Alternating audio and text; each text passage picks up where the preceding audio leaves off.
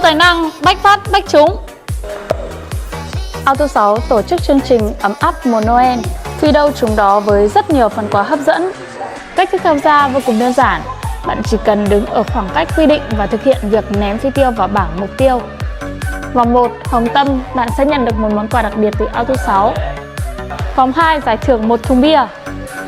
Vòng 3, một chiếc ô mang thương hiệu Auto 6. Vòng 4, một lọ tinh dầu.